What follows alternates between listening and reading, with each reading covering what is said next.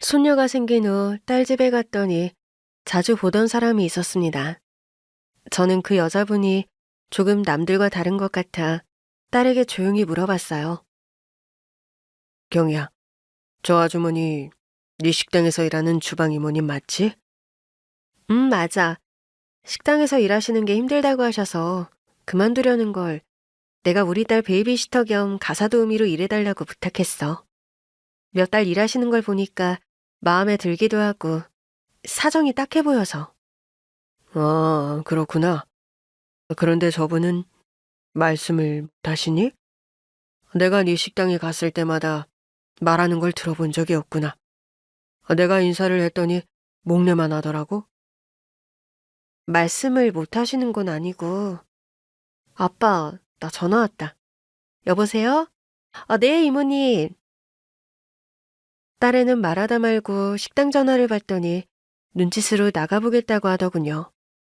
저는 얼른 가보라고 손을 흔들었습니다. 딸이 나가고 집안에는 손녀와 손녀를 돌보고 있는 베이비시터가 남았어요. 제가 말을 걸면 불편할까봐 괜히 멀찌감치 떨어져서 손녀의 얼굴과 귀여운 손발을 보고 허허 웃었습니다. 아까 딸이 베이비시터가 말을 못하는 건 아니고 라고 했으니 말을 걸어보기로 하고 목을 풀었습니다. 저기, 이모님?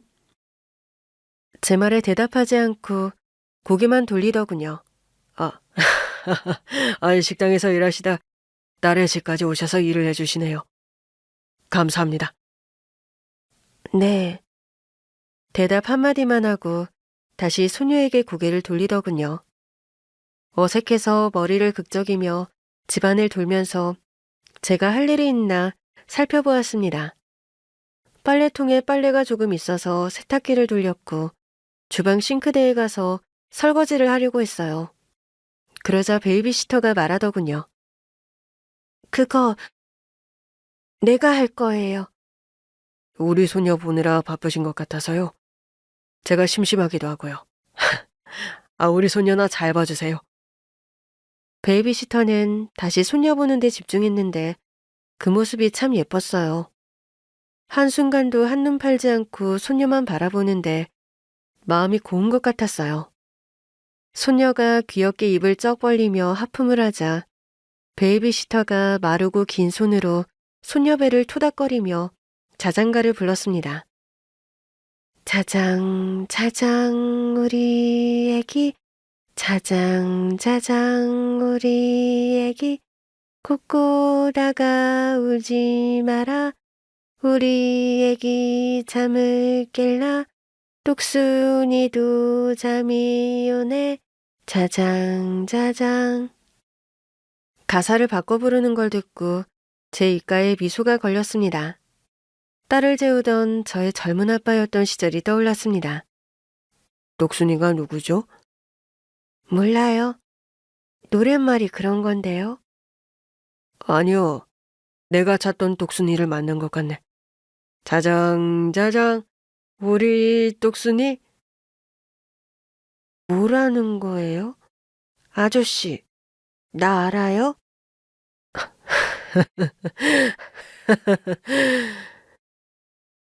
저는 웃음을 터뜨렸다가 이내 눈물을 흘렸습니다. 아저씨, 왜 울다가 웃어요? 울다가 웃으면 어떻게 되는지 모르세요? 그 말에 더 크게 웃었습니다. 울다가 웃는 저의 사연을 잠시 들려드리려고 베이비시터와의 장면으로 돌아오겠습니다. 초등학교를 졸업하고 구두방에서 일했어요. 60년대 저 같은 아이들이 신문을 돌리고 구두 닦기를 하는 건 보기 흔한 일이었습니다. 마을 아이들 중 중학교에 간 친구들도 있긴 했지만 드물었고 거의 다 일을 배우고 돈벌이를 했어요. 부모님과 6남매가 한 집에 살았는데 방이 두 칸이어서 남자방 여자방으로 나뉘었답니다. 그래서 형 누나들은 돈을 모으자마자 방을 구하고 독립했고 저도 15살에 집을 나와 작은 방을 구했어요. 기술을 배우려고 마음먹었는데 어려서 받아주는 곳이 딱히 없었어요. 자빌이나 허드렛 일로 일당을 버는 게 전부였죠. 저의 힘든 하루를 달래주는 곳이 있었는데 그곳은 집 앞의 빵집이었어요. 사장님께서 매일 온다고 서비스를 주실 줄 알았는데 한 번도 덤으로 작은 빵 하나 주시지 않았답니다. 사장님, 빵이 아주 맛있어요. 나도 알아. 그렇죠? 사장님, 혹시 제자 필요하지 않으세요? 그런 거 안 키운다. 나 혼자 먹고 사는 것도 힘들어 죽겠는데. 누굴 가르치냐? 저요. 저 사장님 제자하고 싶어요. 일 없다. 빵 다 먹었으면 집에 가서 발 잡고 잠이나 자라. 나중에라도 보조가 필요하시면 절 불러주세요. 바로 요 앞에 주황대문집 지하방에 지내니까 꼭 찾아주세요. 이 녀석아. 너 빵집 날마다 오는데 내가 거기까지 갈 필요가 있겠냐? 넌 돈 벌어서 빵만 사 먹지? 생각해보니까 제가 매일 오긴 하네요. 그럼 제 방까지 오실 거 없이 언제든 이 자리에 앉아서 기다릴 테니까 제자로 받아주세요. 그날이 빨리 오기를 바랍니다, 사장님. 자식, 쉬방울 만한 녀석이 말은 청산유수네. 알았다. 나중에 내가 손이 모자라면 널 조수로 써주마. 약속하신 거예요, 사장님. 사장님은 빈말이었을지 모르지만 저는 정말 빵집 사장님의 제자가 되고 싶었습니다. 그래서 몇 년 동안 일자리가 바뀌어 먼 곳을 다녀도 방을 한 번도 옮기지 않았답니다. 그 결과 19살의 빵집 사장님이 팔이 많이 아프시다며 저를 조수로 써주시겠다고 하셨어요. 매일 새벽부터 빵집 유리창에 광을 내고 반죽부터 배웠어요. 단시간에 사장님의 손길을 따라가는 건 어려웠기 때문에 매일 손에 쥐가 나도록 반죽을 연습하고 또 했습니다. 김강식, 반죽이 장난이야? 응? 아주 그냥 죽을 쏘놨네. 이거 다 버려야 하잖아. 너 이거 봉급에서 다 깔 줄 알아? 죄송합니다, 사장님. 봉급에서 다 까셔도 됩니다. 내가 흥분했다. 봉급은 안 깔 테니까 반죽 엉터리로 하지 말고 제대로 해. 사장님은 호랑이 스승님이어서 엄청 엄하게 가르치셨습니다. 1년 동안 반죽만 죽어라 했더니 어느 정도 빵 맛을 낼 수 있었어요.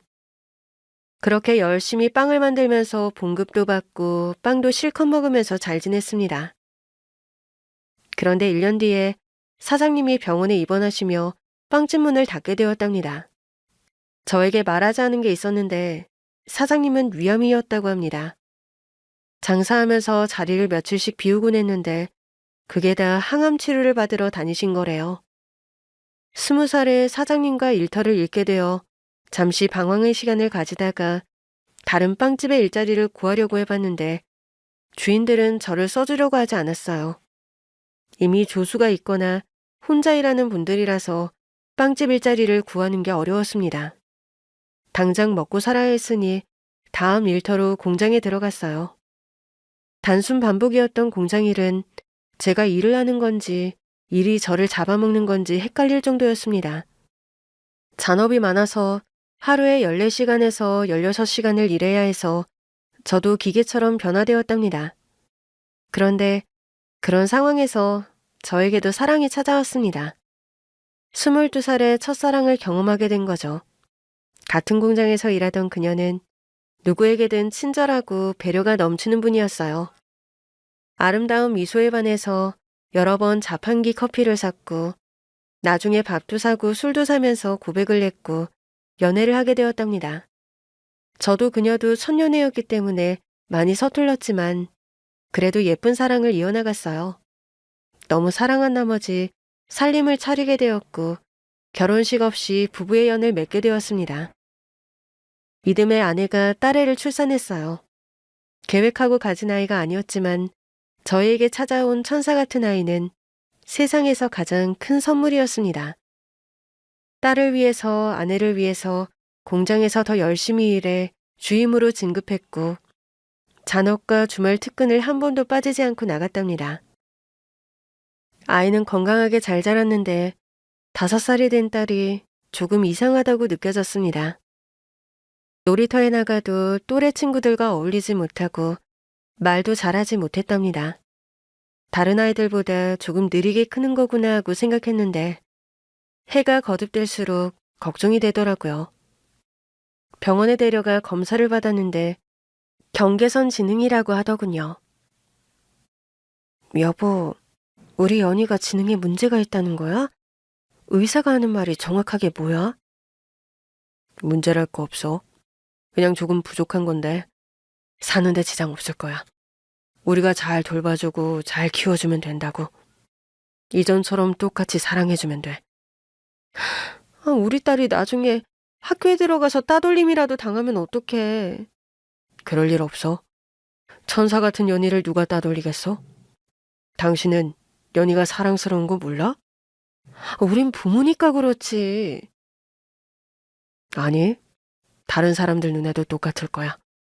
난 그렇게 믿어. 저희 딸은 IQ가 70으로 나왔고 옆에서 항상 누군가 돌봐줘야 한다고 했어요. 그런데 그건 전혀 문제될 게 없었기 때문에 연희의 존재만으로 감사하게 생각했습니다.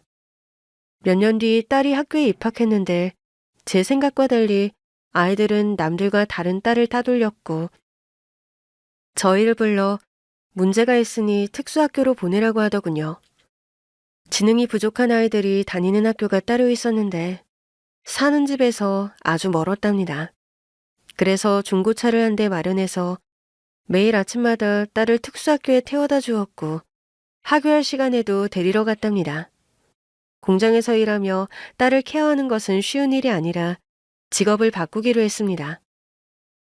여보, 당신 다른 일 어떤 걸 해보겠다는 거야? 호떡해보려고. 일할 시간이 줄어드니까 그만큼 돈을 많이 벌 수 있는 일에 도전해야지. 장사로 많이 벌어볼 테니까 나만 믿어. 호떡? 생뚱맞게 왜 하필 호떡이야? 내가 빵집에서 일했던 적이 있다고 말하지 않았나?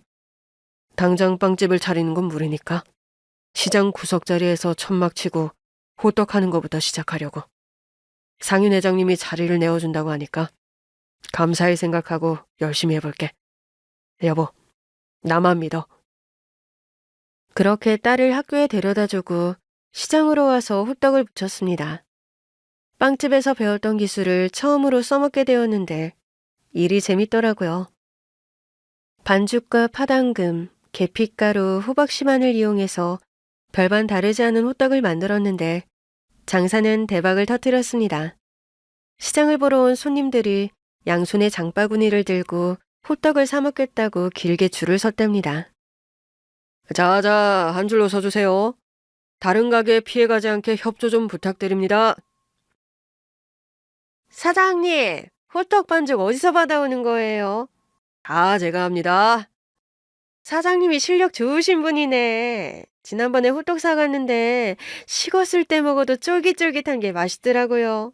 식어서 맛있는 건 닭강정만 그런 게 아니더라고요. 정말요? 맛있게 드셔줬다고 하니 기분이 좋네요. 자, 호떡 여기 있습니다. 다음 손님, 좀 몇 개 드릴까요? 기름에다가 마가린을 섞네요. 이게 맛의 비법인가? 비법 중에 하나죠. 맛있게 드세요, 손님.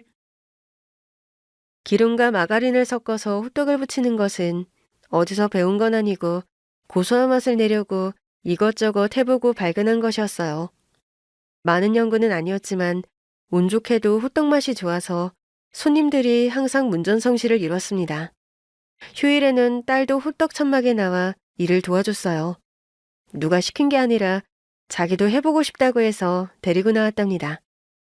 하나, 둘, 셋, 넷. 호떡 4개요. 우리 딸 똑순이네. 숫자를 이젠 아주 잘 세네.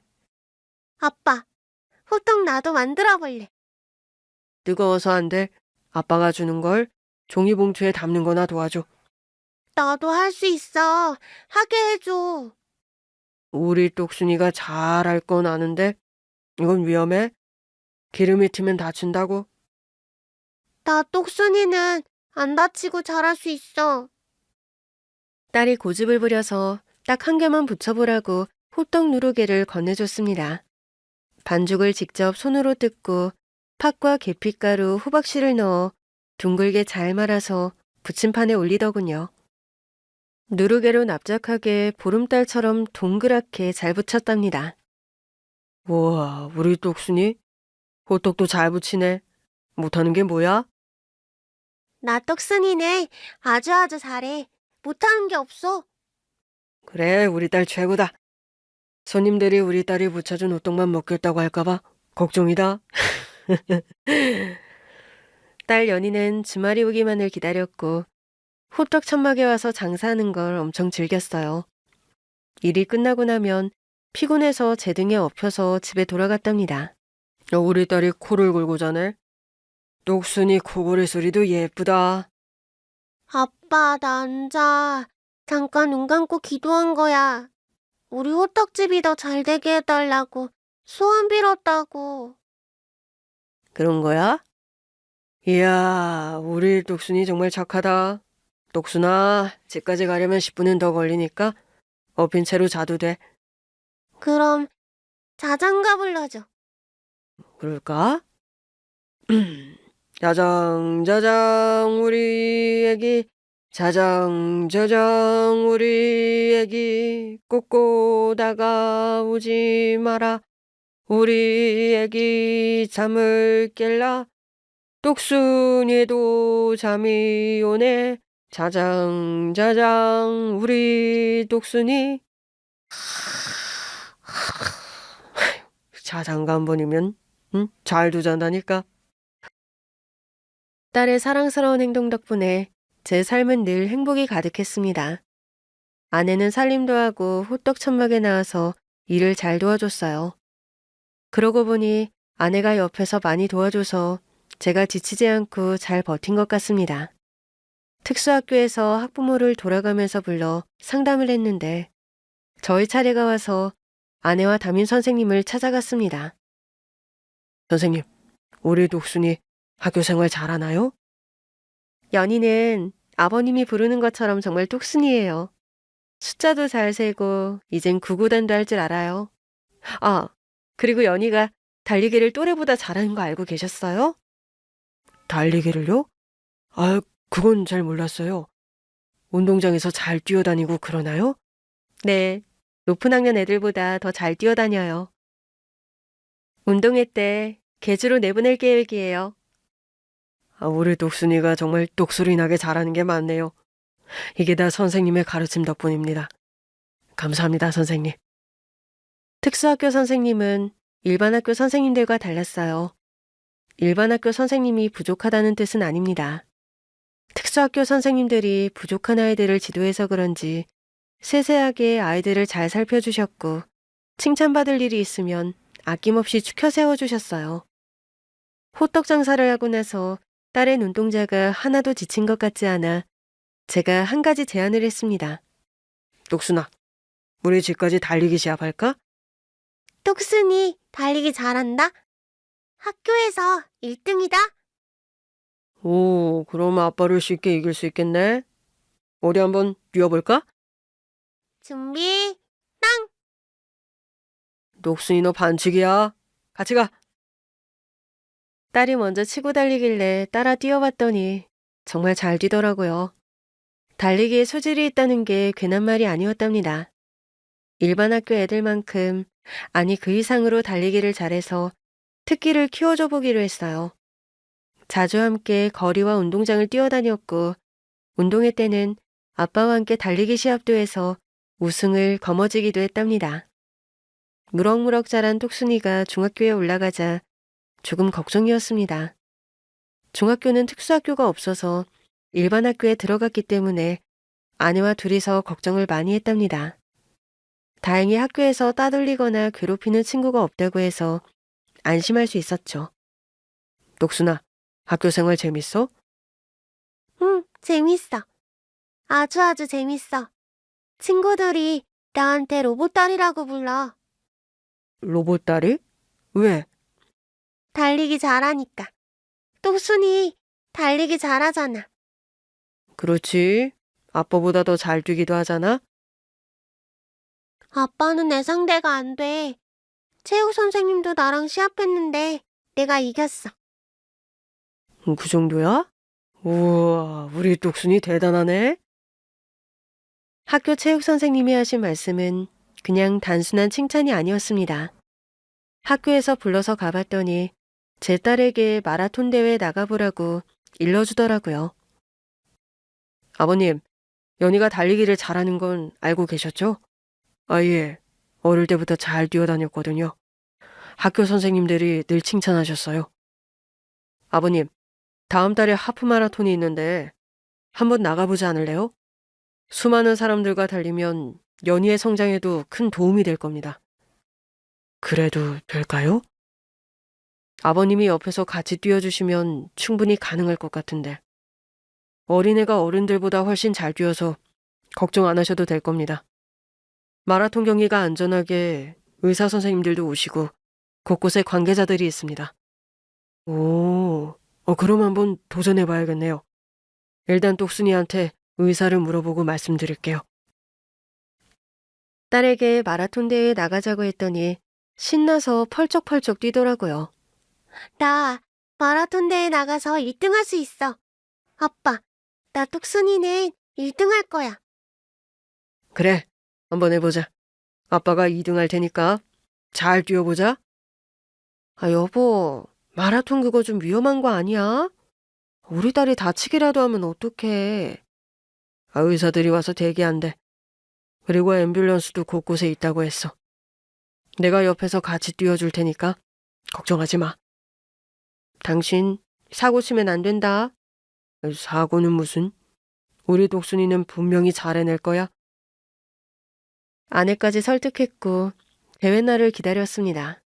한 달 동안 달리기 훈련을 하면서 지냈고 마라톤은 하루 앞두고 똑순이가 긴장을 많이 했답니다. 아빠, 내일 우리 달리는 거지. 마라톤 대회가 내일이야. 잘 뛸 수 있겠어? 당연하지. 똑순이는 로봇 딸이라고. 그래, 그럼 내일을 위해 일찍 자자. 잠이 안 와.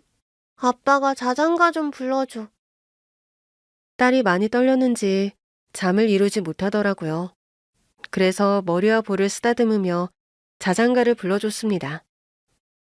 자장 자장 우리 애기, 자장 자장 우리 애기, 꿈꾸다가 우지 마라, 우리 애기 잠을 깰라, 똑순이도 잠이 오네, 자장 자장.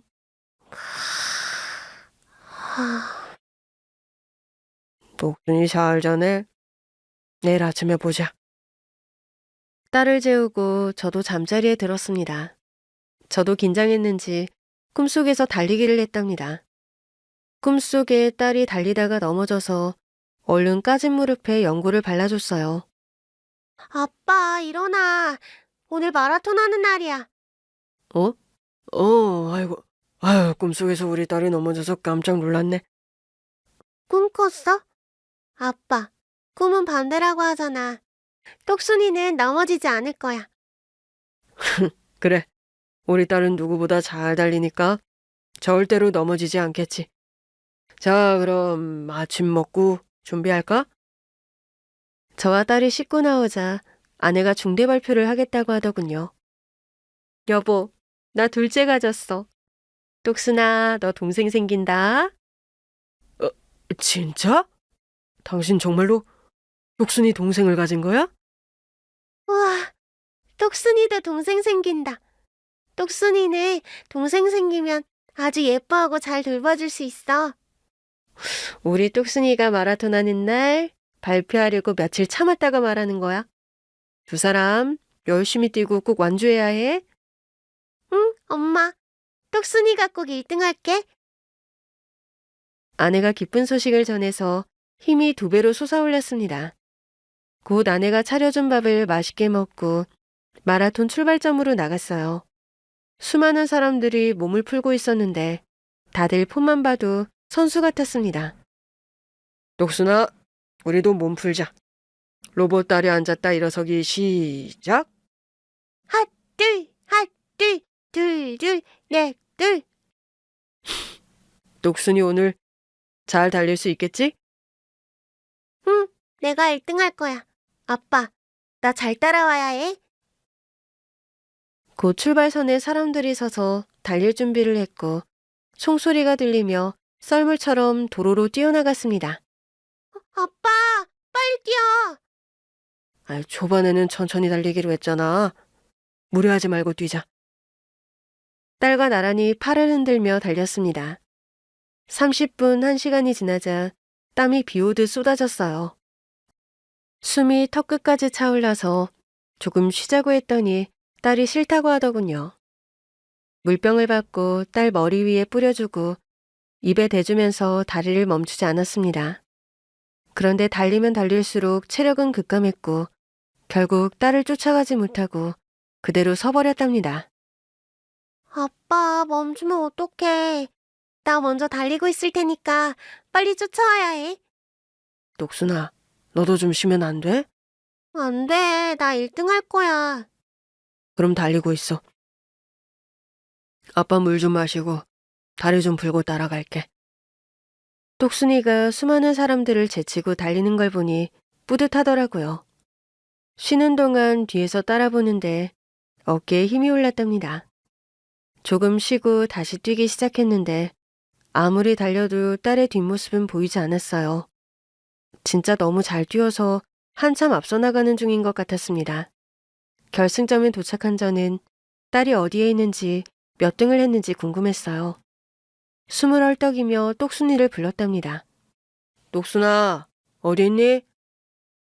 똑순아! 결승점에 도착한 사람들은 모두 빨래 널듯이 바닥에 널브러져 있었습니다. 그런데 제 딸의 모습이 보이지가 않았어요.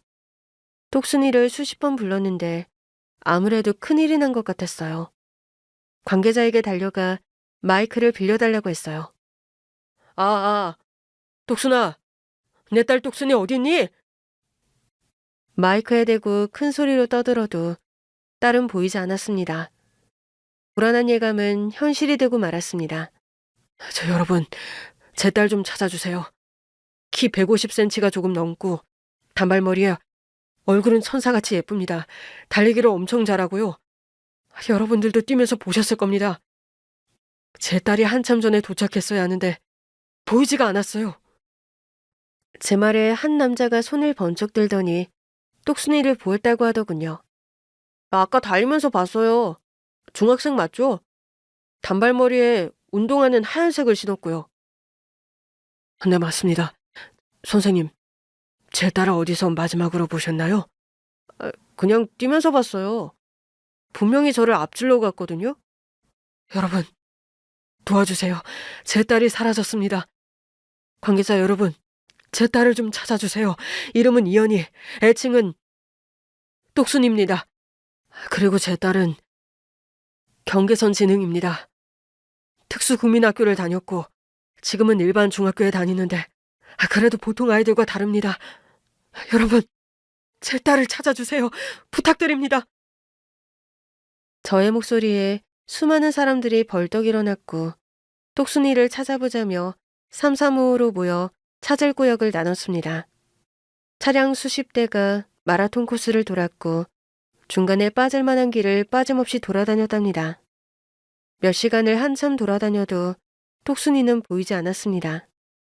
저는 관계자 차를 타고 다니다가 마라톤 코스에서 샛길로 빠져 식당 한 곳을 발견하고 그리로 들어가 보자고 했어요.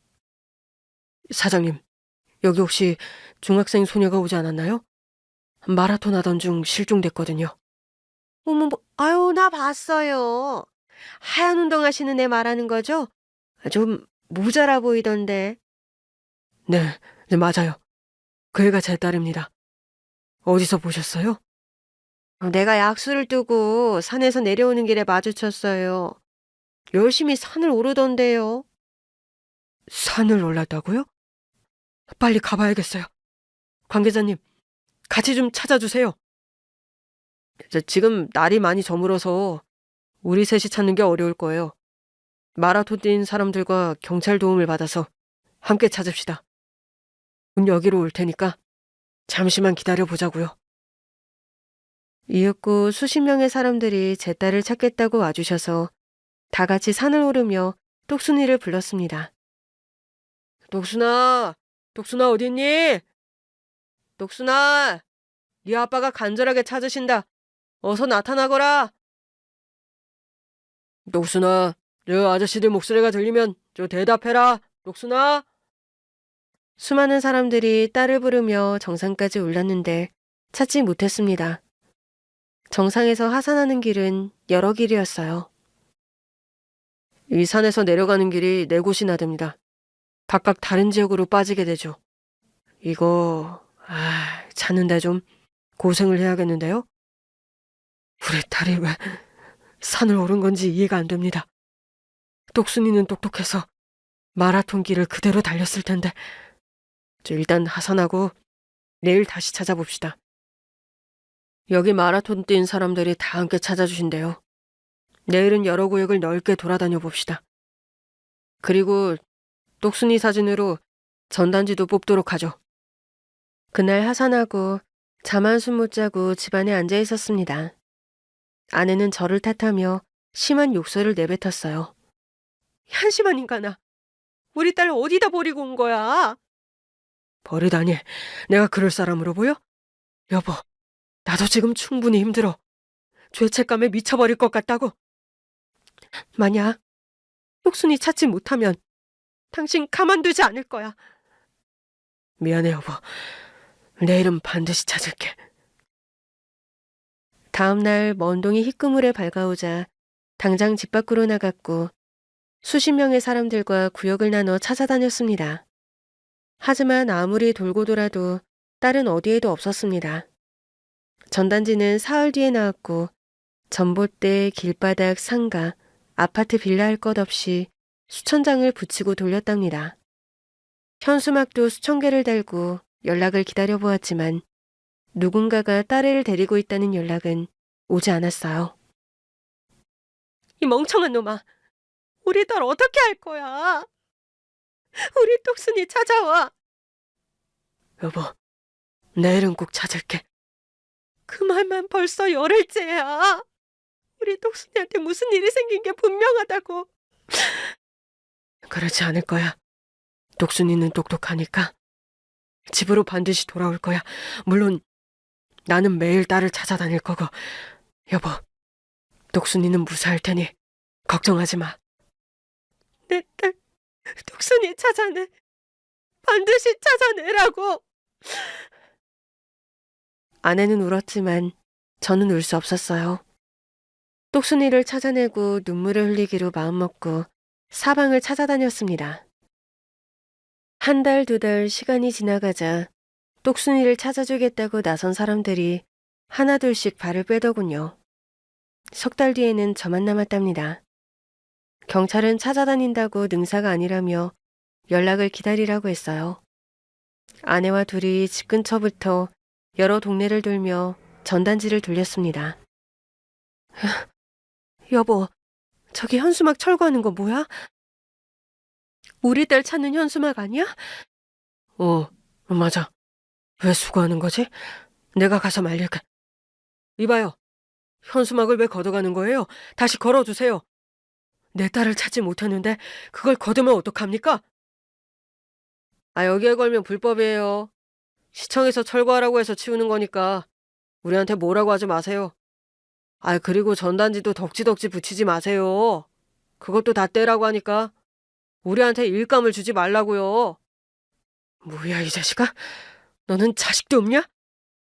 생태 같은 자식이 실종됐는데 현수막을 떼어야겠어? 나 자식 없어. 합법적으로 걸 수 있는 곳에만 현수막을 거세요.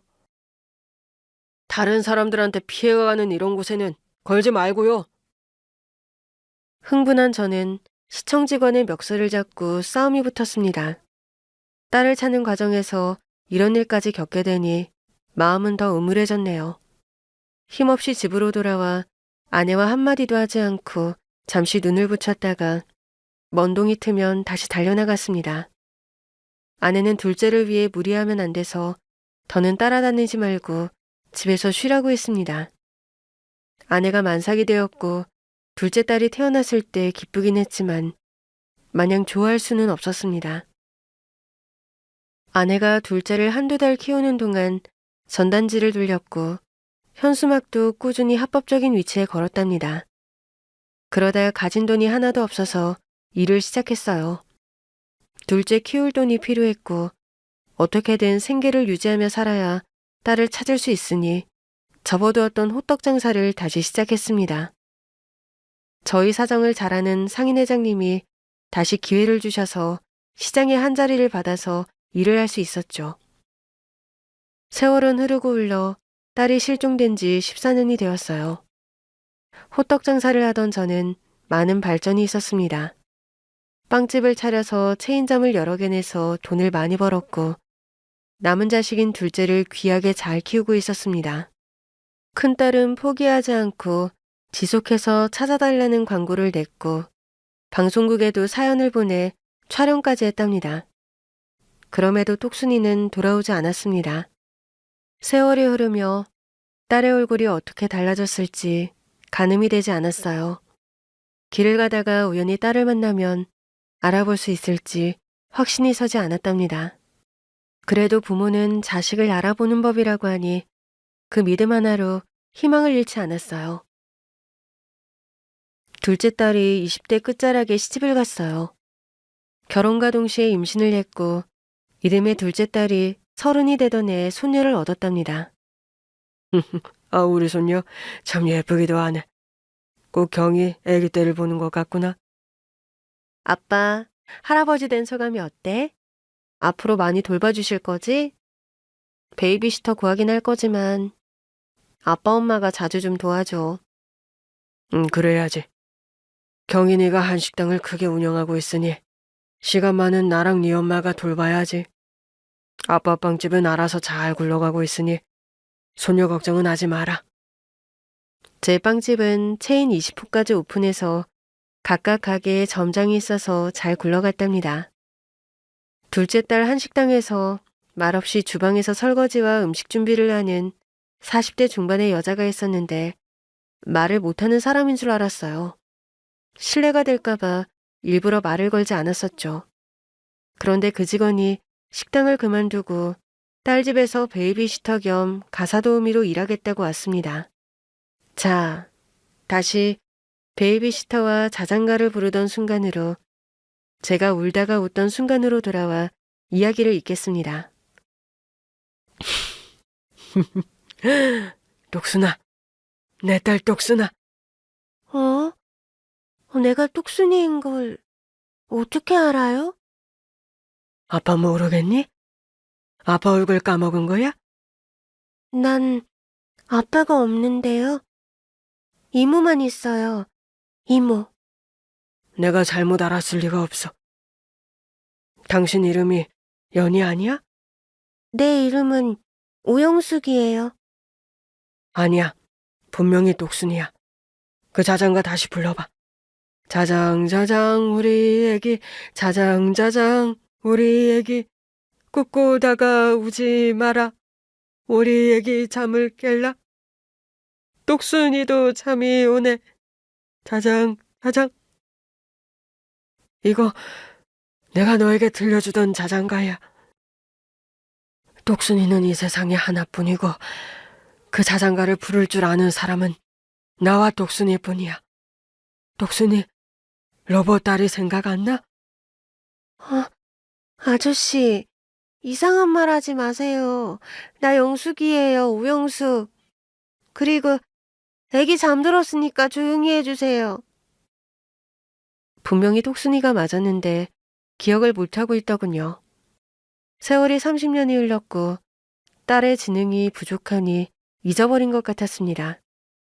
저는 아내에게 연락해서 딸 집으로 얼른 오라고 전했습니다. 똑순이를 찾았다고 하면서 말이죠.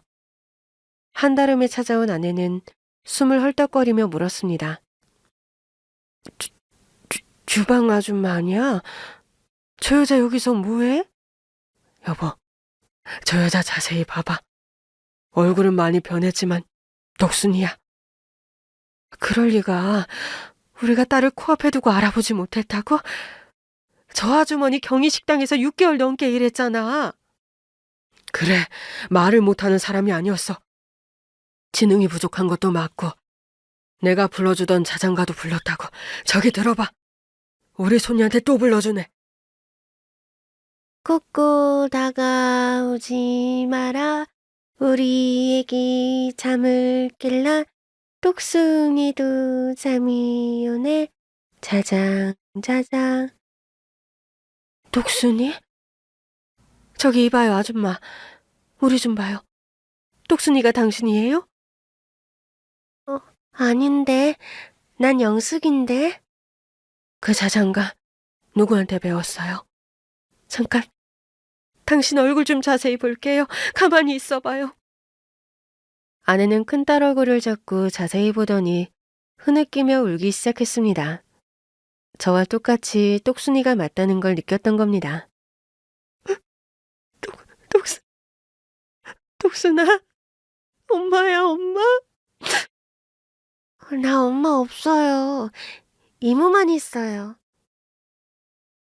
이모라니, 똑순아, 엄마 아빠야. 자세히 봐봐, 기억해보라고. 아줌마 아저씨 때문에 애기 또 깼잖아요. 저리 나가세요. 어서요. 극적인 상황을 기대했지만 저희 부부의 욕심이었습니다. 큰딸은 저희를 아예 기억조차 하지 못하더라고요. 일을 어떻게 해야 할지 몰라 작은 딸과 사위에게 일러줬습니다. 경희야, 너한테 언니 있다는 건 알지? 아빠 엄마가 잃어버렸다고 한 딸 말이야. 그 애가 바로 저기 베이비시터인 영숙 씨야. 뭐라고? 실종된 언니가 저 이모님이라고? 그럴 리가. 분명히 맞아. 그런데 네 언니가 우리를 기억하지 못한다. 무슨 방법이라도 써야 할 것 같은데.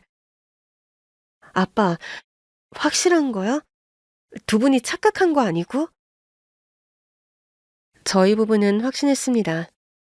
아무리 세월이 지났어도 똑순이가 맞다는 걸 알 수 있었습니다. 주방에만 숨어서 일할 때는 스치듯이 봐서 몰랐지만 이제는 가까이서 보고 말투도 들어보니 제 딸이 맞다는 걸 확신할 수 있었어요. 딸과 사위는 의논을 내놓다가 유전자 검사를 일러주더군요. 작은 딸이 똑순이에게 잘 설득해서 머리카락 몇 가닥을 뽑았답니다. 당장 검사를 맡겼고 보름 뒤에 결과가 나왔습니다. 아빠, 엄마, 결과가 나왔어. 맞지? 우리 똑순이가 맞지? 작은 딸은 대답 대신 검사지를 보여주더군요. 살펴보니 친자 확률이 99.9%가 적혀 있었습니다. 역시 맞았어. 우리 딸 똑순이가 맞았다고. 여보, 우리 딸 찾은 거 맞지? 30년 만에 똑순이를 찾은 거 맞지? 저희 부부가 흥분하며 큰딸에게 다가가 검사지를 보여주었는데 뭔지 모르는 건지 저희 부부를 밀어냈습니다. 아저씨 아줌마 무서워요. 나 그만 일할래요. 사장님 월급 줘요. 나 떠날래요. 똑순아, 아빠랑 마라톤 하던 거 기억 안 나? 우리 같이 달리기 매일 한 거 떠올려봐. 영숙이는 마라톤 싫어요. 아저씨 아줌마 무섭게 하지 말고 저리 가요. 도무지 이해시키는 게 어려워 발을 동동 구르는데 사위가 좋은 생각이 떠올랐다며 큰딸에게 제안을 했습니다.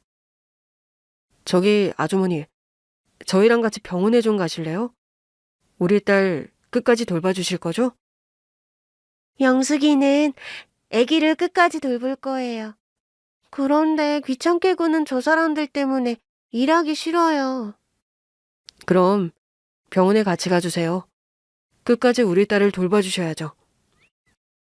사위가 무슨 일을 벌일지는 저희 부부도 몰랐습니다. 사위가 안내한 곳은 병원이 아니라 형사들이 모여있는 방이었습니다. 아버님, 최면 수사하시는 분이에요. 옆에는 형사님들이고요. 제가 연락해서 도움을 청했습니다. 그러니까 우리 큰딸에게 최면으로 과거를 떠올리게 한다는 거지? 그거 좋은 방법이구만. 우리 사이가 제대로 된 생각을 했네. 일단 영숙 씨를 불편하게 하면 안 됩니다. 두 분은 문 밖으로 나가주세요. 저희 부부는 문을 살짝 열고 문 밖에서 큰딸이 어떻게 하는지 구경했습니다. 최면 수사를 하는 여자 박사님은 큰딸과 대화를 길게 나누었어요. 최면을 걸기 위해 편안하게 해주고 왜 이걸 하는지 알려주었답니다. 영숙 씨, 우리 옛날에 있던 일을 기억해 볼까요?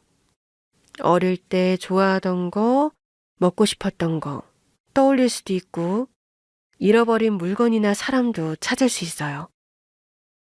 보물찾기 같은 거예요? 맞아요. 우리 눈 감고 보물찾기 하는 거예요. 내가 하자는 대로만 하면 다 찾을 수 있어요. 재밌겠다. 빨리 해요. 노련한 박사님은 기울어진 소파에 딸을 편하게 눕히고 눈을 감게 했습니다.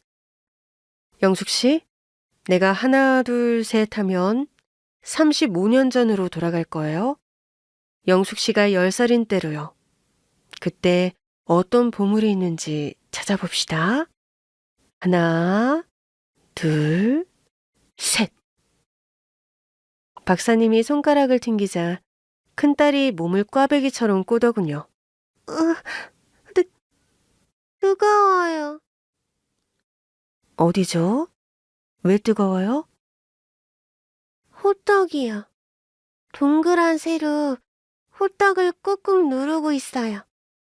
휙 하고 뒤집기도 해요. 뜨거운데 재밌어요. 호떡을 붙이고 있군요. 그럼 맛을 한번 볼까요?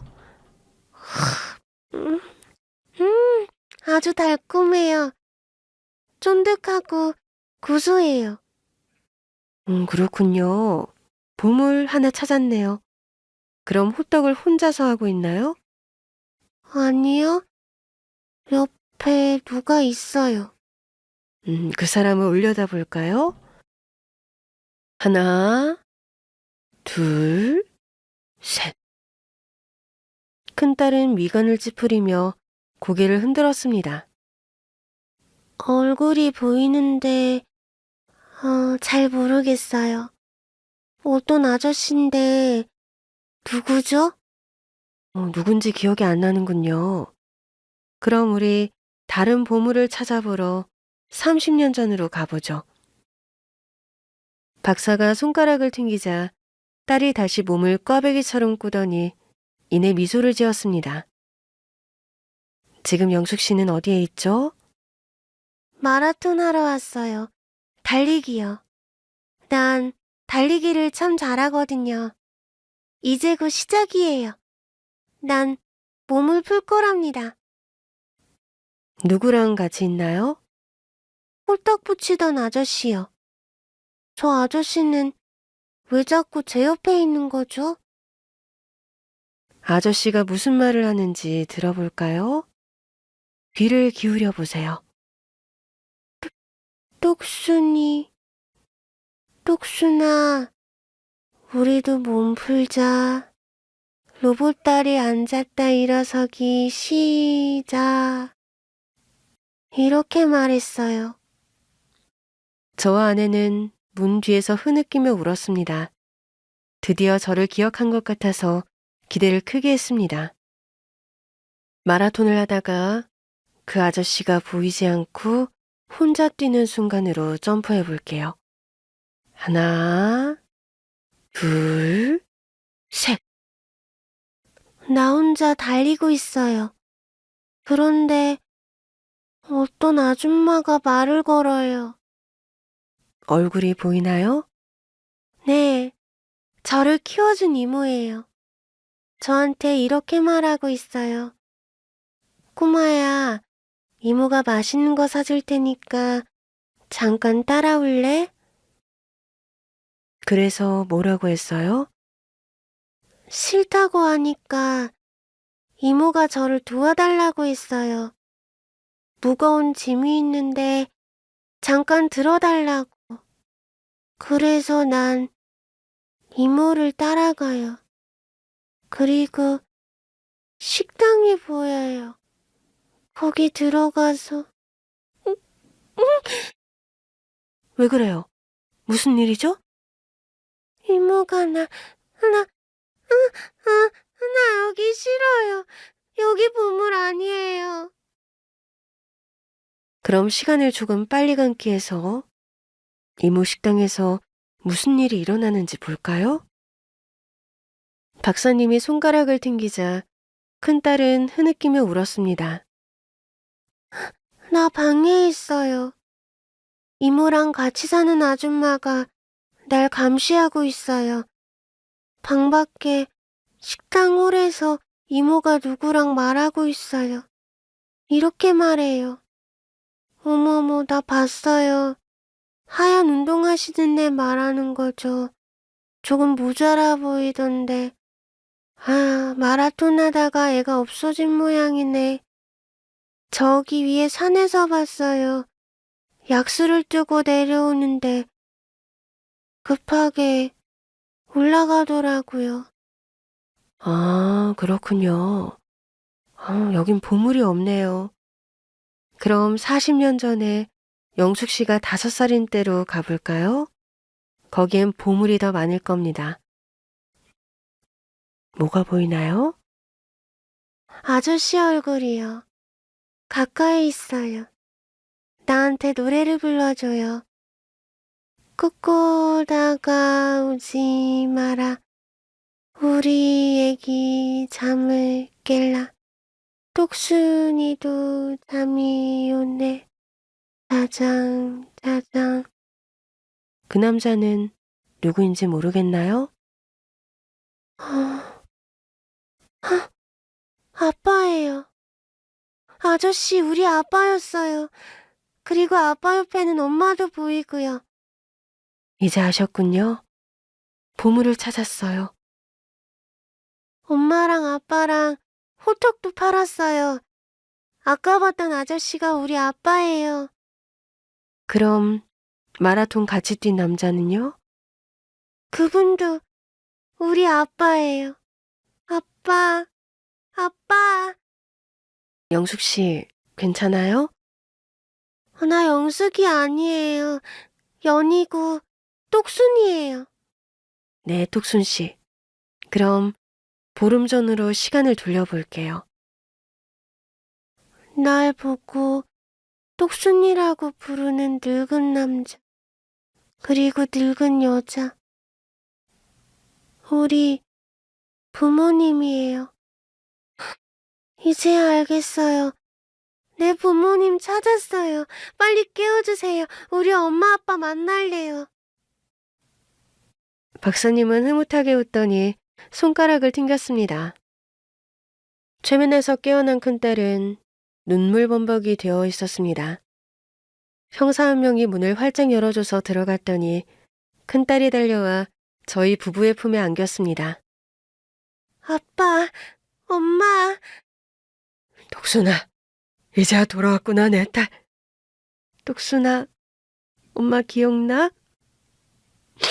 아빠도 기억난 거지? 엄마 아빠 보고 싶었어. 나 엄마 아빠 까먹기 싫었는데 이모한테 혼나면서 두 사람 까먹었어. 그래, 우리 독순이 잘못이 아니야. 그 이모가 잘못한 거야. 독순아, 내 딸, 드디어 돌아왔구나. 이제 아무 걱정하지 마라. 아빠랑 엄마가 옆에 있을게. 상봉한 저희 세 사람은 눈물바다가 되어 오랜 시간을 보냈습니다. 기쁨과 슬픔을 들고 집으로 돌아가 딸을 재웠습니다. 우리 딸, 내일 아침에 만나자. 자장가 불러줘 아빠. 그래. 자장, 자장, 우리 애기. 자장, 자장, 우리 애기. 꿈꾸다가 우지 마라. 우리 애기 잠을 깰라. 독순이도 잠이 오네. 자장, 자장. 큰딸은 코를 골며 깊은 잠이 들었습니다. 이튿날 경찰들이 와서 그 이모라는 범죄자에 대해 일러줬어요. 그 이모라는 사람은 작년에 사망했습니다. 암투병을 길게 하고 고통스럽게 떠났습니다. 그럼 이모라는 여자가 세상을 떠서 내 딸이 거기서 나온 겁니까? 예, 그런 것 같아요. 평생 주방에서 일만 하면서 살았답니다. 주변인들 말을 들어보니 진짜 조카로 알고 있더라고요. 그 이모라는 여자한테 여조카가 있었는데 세상을 뜨자 똑순 씨를 조카 신분으로 살게 했더라고요. 그때는 애를 훔쳐서 노예처럼 부려먹고 그런 인간들이 많았지 않습니까? 따님이 그런 인간한테 걸린 거죠. 그 여자는 세상을 떴고 가게는 사라졌어요. 처벌할 수 있는 대상이 없어서 안타깝게 생각합니다. 그 여자는 분명히 지옥에 갔을 겁니다. 우리 똑순이의 인생을 훔친 나쁜 인간은 지금 지옥 불구덩이에서 벌을 받고 있을 거라고요. 이제 됐습니다. 내 딸을 찾았으니 돌아들 가세요. 목격자였던 식당 사장이 제 딸을 데려가서 일꾼으로 수십 년을 부려먹었다고 하니 가슴이 찢어질 것 같았습니다. 하지만 슬픈 티를 내지 않고 큰딸에게 다가갔어요. 똑순아, 뭐 하고 싶어? 아빠랑 하고 싶은 거 없어? 호떡 만들고 싶고 달리기를 하고 싶어. 내 다리는 로봇 다리. 맞아. 우리 똑순이 다리는 로봇 다리지? 그리고 호떡도 엄청 예쁘게 잘 붙이기도 하지. 우리 하나씩 하나씩 같이 해보자. 옛날처럼 행복하게. 다 해보자, 우리 딸. 아빠, 울지 마. 아빠 울면 똑순이도 속상하다. 얼른 눈물을 훔치고 큰딸과 빵집에 가서 호떡을 붙였습니다. 그리고 느려졌지만 달리기도 했고요. 이제부터 좋은 추억과 사랑을 채워줄 것입니다. 한편 최면수사 박사님은 제 딸에게 최면 치료를 하자고 했어요. 저와 아내를 까먹고 살았던 것처럼 이모라는 사악한 인간을 까먹게 해주자고 말이죠. 그래서 여러 번 최면 치료를 해서 딸 똑순이는 이모를 기억하지 못한답니다. 아빠, 똑순이랑 마라톤 나갈까? 저기 붙어있는 현수막을 봐봐. 저기 나가볼까? 우리 완주할 수 있을까? 나 학교에서 제일 빨랐던 거 몰라? 아빠는 바보. 순간 당황했습니다. 최면이 잘못되어 중학생으로 머물러 있는지 걱정이 되더라고요. 그랬었지? 우리 딸이 학교에서 제일 빠른 로봇 딸이었지? 30년이 지났지만 아직 쓸만한 다리라고. 다시 안도의 한숨을 내쉬었습니다. 그리고 며칠 뒤 똑순이와 마라톤 대회에 나갔어요. 저와 똑순이, 아내의 작은 딸 사위까지 여러 가족들이 함께 달리는 것이니 잃어버릴 일이 없었습니다. 아빠, 내가 1등 할 거야. 그래, 같이 열심히 뛰어보자. 아빠랑 엄마, 여동생이 있으니까 힘들면 말해. 나 힘들지 않아. 1등을 향하여 뛰어보자. 하프 마라톤에서 거의 꼴찌였지만 완주는 했답니다. 제 나이가 60대이고 똑순이가 40대인데 옛날의 모습으로 돌아간 것 같았어요. 지금 똑순이와 같이 재밌게 살고 있어요. 좋은 추억을 만들어주려고 노력하고 있답니다. 그리고 똑순이는 자기 조카를 돌보는 일을 계속하고 있어요. 예쁜 자장가를 불러주면서 말이죠. 앞으로 행복할 날만 가득한 저희 식구들에게 응원을 보내주시길 바랍니다. 과거 슬픔을 딛고 행복을 맞았으니 너무 안쓰럽게 봐주지는 말아주시고요. 제 사연을 들어주셔서 대단히 감사드립니다. 여러분의 가정에 사랑이 가득하길 소망합니다. 안녕히 계세요.